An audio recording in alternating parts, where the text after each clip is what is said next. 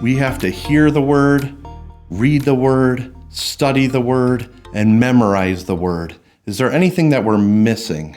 Yes, we need to put the Bible into practice. We need to apply it to our lives. In fact, James chapter 1, verses 19 through 25, it says, "Know this, my beloved brothers, let every person be quick to hear, slow to speak, slow to anger, for the anger of man does not produce the righteousness of God.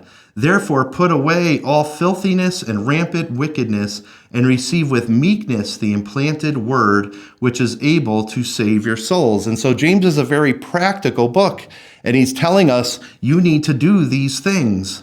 And then he summarizes it in the next few verses. He says, "But be doers of the word and not hearers only, deceiving yourselves." And so he says, don't just hear the word. I mean, that's great. Many people hear the word of God. They hear preaching, but they close themselves off to it. We have to be doers of the word. We have to put what we learn on Sunday morning in these Bible Bytes.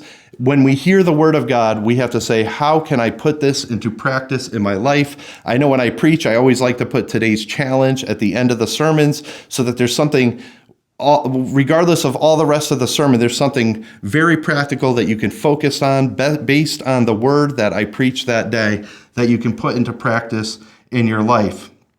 And so in verse 23, he says, "For if anyone is a hearer of the word and not a doer, he is like a man who looks intently at his natural face in a mirror. For he looks at himself and goes away and at once forgets what he was like. But the one who looks into the perfect law, the law of liberty, and perseveres, being no hearer who forgets, but a doer who acts, he will be blessed in his doing." I remember a long time ago, I applied and I got a job at Home Depot as a cashier, and I had to go through this training, and I had to watch all these training videos on what to do. And after hours of fighting to stay awake and failing many times, I finally got behind a cash register, and I had no idea what I was doing. Once I started doing it, I had to learn by doing. And I think when we put things into practice, it really becomes internalized and really becomes a part of our lives. And James goes on in James chapter 2 to talk about faith without works is dead.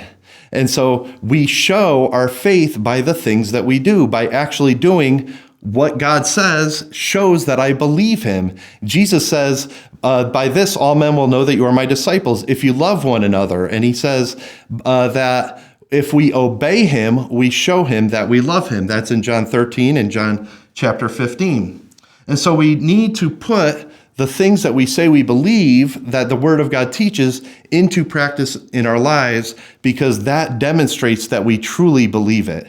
If I say I believe something and I don't do it, then I don't truly believe it. If Pastor Travis is standing behind me and he says, "Trust me to catch you if you fall backwards," and I don't fall backwards, I don't truly believe it. And so we have to not just feel encouraged on a Sunday morning when we hear the word of God. We have to say, what does this change about the way I live? What does this change about what I believe and the thoughts that I have? What are the things in my life? We have to admit, in America, we get very comfortable. It's very hard to change. We like the things that we have. We like the things that we believe. But when we encounter the word of God is transforming. The word of God is changing. It needs to change us, and we need to allow it to change us. And so is the word of God something that you just know? And maybe you know it really well, and maybe you've studied it since you were a kid, and maybe you've come to church 50 out of 52 weeks of every year for the last 40 or 50 years. Are you doing it? Are you putting it into practice? Because if you're not, James very clearly says, you are deceiving yourselves. So put the word of God, put what you learn into practice today.